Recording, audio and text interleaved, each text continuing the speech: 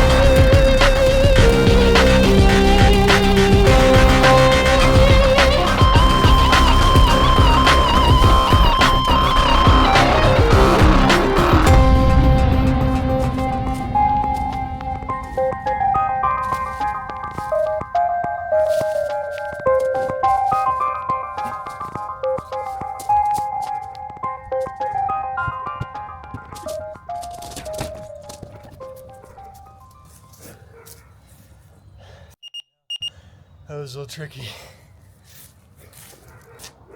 Alright, that sucked. I'm still out of breath, but it's over here, so we're gonna work on getting it up in the truck.